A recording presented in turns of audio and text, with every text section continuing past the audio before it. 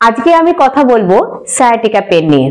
Sciatica এমন একটা problem যেটা অনেকেই আমার কাছে আসেন এবং বলেন যে আমার পায়ের দিকে ব্যথা যাচ্ছে, ঝিনঝিন করছে, জ্বালা জ্বালা করছে।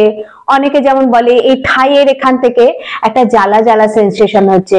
আবার অনেকে বলেন যে এরকম কাপ মাসেলে খুব প্রচন্ড ব্যথা, অনেকে পায়ের গোড়ালি থেকে একদম পায়ের পাতা পর্যন্ত ব্যথা চলে যায়।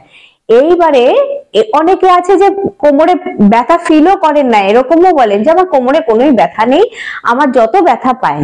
কিন্তু কোথাও না কোথাও এমআরআই করলে দেখা যায় যে কোথাও না কোথাও তার সায়াটিক নার্ভের একটা প্রবলেম দেখা দিয়েছে।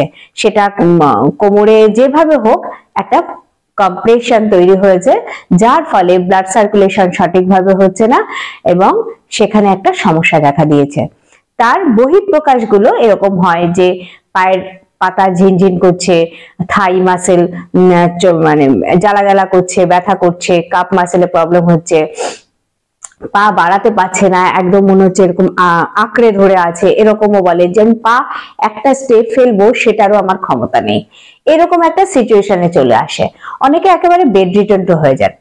এইবার হচ্ছে এই সায়াটিকা পেন কিন্তু যখন স্টার্টিং হয় তখন বিশেষ করে বা হয়ে গেলে যে সমস্ত এক্সারসাইজ গুলো করতে হবে সেগুলো আমি আজকে দেখাচ্ছি। খুব ইজি এক্সারসাইজ, আমি কঠিন এক্সারসাইজের মধ্যে যাব না।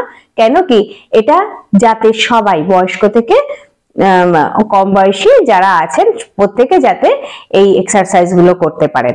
এবং যাদের অনেকেই আছেন সবাই তো আর যোগা প্র্যাকটিস করেন না, কিন্তু উচিত প্র্যাকটিস করা, কিন্তু সবাই তো সেটা করেন না। তাই সুতরাং অনেকে আছে যে হেভি এক্সারসাইজ করতেও পারেন না, আর ব্যথা থাকলে সেগুলো করাও যায় না। সুতরাং যে এক্সারসাইজ গুলো খুব ইজি এক্সারসাইজ আমি দেখাচ্ছি। ফার্স্ট এক্সারসাইজ হলো চিত হয়ে শুয়ে একটা পা ভাঁজ করে বুকের কাছে টানবো। এইভাবে 10 কাউন্ট করব, আবার সোজা করে দেব, আবার দ্বিতীয় পা ভাঁজ করে বুকের কাছে টানবো, অন্য পাটি লম্বা করে রাখবো। এইভাবে 10 সেকেন্ড হোল্ড করব, তারপরে সোজা করে দেব। এইভাবে ডান পায়ে 5 বার, বাঁ পায়ে 5 বার। একটা কথা বলে রাখি, যাদের হাঁটুতে ব্যথা আছে তারা কিন্তু এইভাবে ধরবেন না, তারা থাইয়ের নিচ থেকে ধরবেন, এটা জানি খেয়াল থাকে। এটা থাইয়ের নিচ থেকে ধরলে আপনার হাঁটুতে কোনো রকম প্রবলেম হবে না। তবে সায়াটিকা পেন যদি বেশি থাকে তাহলে কিন্তু দুটো পা একসাথে করতে যাবেন না প্রথম অবস্থায়। কেন কি, দুটো পা একসাথে করলে অনেক সময় দেখা যায় যে ব্যথা বেড়ে যেতে পারে। সেজন্য রিস্ক নিয়ে লাভ নেই, প্রথমে একটা একটা করে পা করুন। তারপরে যখন ব্যথাটা অনেকটাই কন্ট্রোলে চলে আসবে তখন দুটো পা একসাথে করবেন। ঠিক আছে, এরপরে নেক্সট এক্সারসাইজ যেটা করছি সেটি হচ্ছে চিত হয়ে শুয়ে পড়বো, দুটো হাঁটু ভাঁজ করব, দুটো হাত পাশে, এইবার কোমর তুলবো, তুলে 10 সেকেন্ড হোল্ড করব, তারপরে নামিয়ে দেব। এই কোমর যারা অল্প তুলতে পারবেন অল্প তুলবেন, যারা বেশি তুলতে পারবেন বেশি তুলবেন, এর মধ্যে কোনো ব্যাপার নেই। অনেকের যেটা কনফিউশন থাকে যে আমি পা কতটা ফোল্ড করব। অ্যাকচুয়ালি এই যে আমি দুটো হাঁটু ভাঁজ করেছি, দেখুন আমার এই হাতের সব থেকে বড় লম্বা আঙুলটির সাথে এই যে গোড়ালি এই জায়গা টাচ হচ্ছে, মানে এই পর্যন্ত ঠিক আছে। এবারে যাদের হাঁটুতে ব্যথা আছে বা এতটা ফোল্ড করতে পারছেন না, তারা এরকম দূরে রেখেও কোমর তুলতে পারেন। নেক্সট যে এক্সারসাইজ করব সেটি হচ্ছে পবন মুক্তাসন। আমি প্রথম যে এক্সারসাইজ দেখালাম সেটাতে এইভাবে, এটা অনেকটা ওরকম। সেটা হচ্ছে দুটো হাঁটু আমি ভাঁজ করব, একটা পায়ের উপর আর একটা পা এভাবে তুলে দিলাম, তুলে দিয়ে এবারে দুটো পা দেখুন আমি আমার বুকের দিকে নিয়ে এসছি, আমি এখনো হাত দিয়ে ধরিনি কিন্তু। এইবারে যেই পাটি এইভাবে ফোল্ড করা আছে সরাসরি, সেটাকে সেই পাটিকে আমি ধরবো, ধরে এইভাবে টানবো। টানলে কি হচ্ছে, আমার দেখুন এই বাটাকে প্রচন্ড একটা টান আসছে। এটা খুব এফেক্টিভ যাদের সায়াটিকা পেন আছে তাদের জন্য। দারুণ একটা স্ট্রেচ আসে এবং মাসেল বা নার্ভ গুলো বেশ ভালোভাবে স্ট্রেচ হয় এবং ব্যথাটাকে অনেক রিলিজ করে দেয়।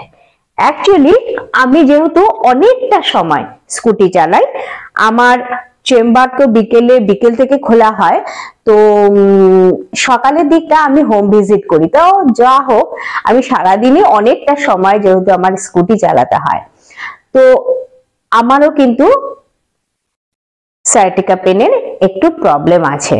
যারা বেশি বাইকিং করে বা স্কুটি মানে টু হুইলার যারা চালান, ইভেন যারা ড্রাইভিং করেন, মোট কথা তাদের কিন্তু কোমরে ব্যথা হওয়ার একটা পসিবিলিটিস থেকে যায়, যেটা কিনা আমিও এড়াতে পারিনি।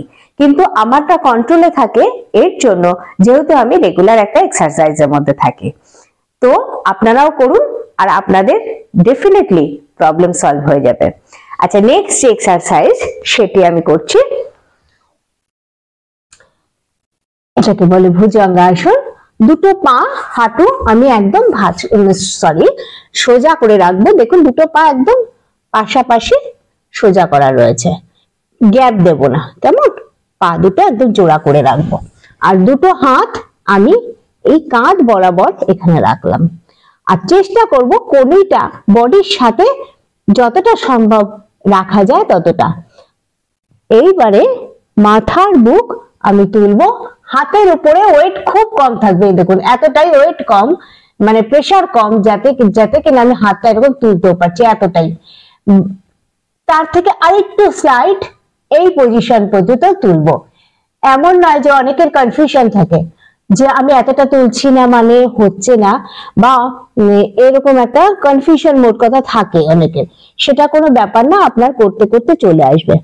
এই দেখুন, এই পজিশনে আপনি রাখুন, নাভি উঠবে না, এরকম পজিশনে। এইভাবে 10 কাউন্ট করুন এবং নামিয়ে দিন। এইভাবে 5 বার করুন, প্রতিটা এক্সারসাইজ 5 বার করবেন, ঠিক আছে? আর যেখানে আপনি ভুলে যাবেন, মনে করছেন যে এত এক্সারসাইজ মনে রাখতে পারছি না, মানে কতবার কাউন্টিং, অনেক সময় বলা হয় 5 বার, অনেক সময় বলা হয় 10 বার। তাহলে যদি এটা আপনাদের সুবিধার্থে আমি বলে রাখছি যে যেখানে বুঝতে পারবেন না যে কতবার, মোটামুটি 5 বার মতন বা 3 বার মতন করবেন স্টার্টিং এ, তারপরে ধীরে ধীরে আপনি বাড়াবেন, দেখবেন কোনো প্রবলেম হয় না। আর একটা হচ্ছে, অনেকের প্রশ্ন থাকে যে কত কাউন্ট করব, কত সেকেন্ড হোল্ড করব। সেই ক্ষেত্রে আমি বলে রাখি, শুরুতে কম রাখুন, 10 সেকেন্ড হোল্ড করুন বা 10 কাউন্ট করুন, তারপরে ধীরে ধীরে ওটাকে বাড়ান, দেখবেন আপনার এটাতে কোনো সমস্যা আসবে না। আপনি প্রথমে বাড়িয়ে দিলে সমস্যা আসতেও পারে, সুতরাং রিস্ক নেওয়ার দরকার নেই, আপনি ধীরে ধীরে করুন, আর দুবেলা আপনারা এক্সারসাইজ করবেন, কেমন? আচ্ছা, নেক্সট যে এক্সারসাইজ সেটি হচ্ছে শলভাসন। দুটো হাত থাইয়ের নিচে আমি ঢুকিয়ে দিলাম, আর থুতনিটা না নিচে নামিয়ে রাখবো, আর একটা পা আমি সোজা করে তুলছি, 10 সেকেন্ড হোল্ড, রিল্যাক্স, আবার দ্বিতীয় পাটি তুলছি, 10 সেকেন্ড হোল্ড, রিল্যাক্স। এইভাবে ডান পায়ে 5 বার, বা পায়ে 5 বার করবো। ওই যে আমি বললাম, প্রথম অবস্থায় দুটো পায়ে আমি কখনোই করতে যাব না, না শলভাসন না পবন মুক্ত আসন, কোনোটাতেই আমি করব না। দুটো পা একটু যখন স্টেবল হয়ে যাবে তখন আপনারা করবেন। এই হয়ে গেল মোটামুটি এক্সারসাইজ। আরেকটি এক্সারসাইজ আমি দেখাচ্ছি, যেটি কিনা দাঁড়িয়ে করতে হবে। দাঁড়িয়ে কোমরে হাত রেখে ব্যাক বেন্ডিং, এই এমন না যে পেছনে ঝুঁকে আপনাকে হোল্ড করে রাখতে হবে, জাস্ট আপনি পেছনে গেলেন, আবার সোজা হয়ে গেলেন, আবার পিছনে গেলেন, আবার সোজা হয়ে গেলেন। এইভাবে 10 বার করুন, তারপরে কোমরকে ঘোরান, ঠিক আছে? 10 বার ক্লকওয়াইজ, 10 বার অ্যান্টি ক্লকওয়াইজ। মোটামুটি এক্সারসাইজ গুলো করলেই দেখবেন আপনার ব্যথা অনেকটা কন্ট্রোলে চলে আসবে, এবং এটা যখন কন্টিনিউ করবেন দেখবেন আপনার ব্যথা একদম থাকবেই না। আপনারা এইভাবে এক্সারসাইজ করতে থাকুন, রেগুলার এক্সারসাইজ করুন। যদি আপনার এতেও প্রবলেম না সলভ হয়, তাহলে অবশ্যই আমাকে কমেন্ট বক্সে কিন্তু কমেন্ট করবেন, আমি চেষ্টা করব আপনার প্রবলেম সলভ করার।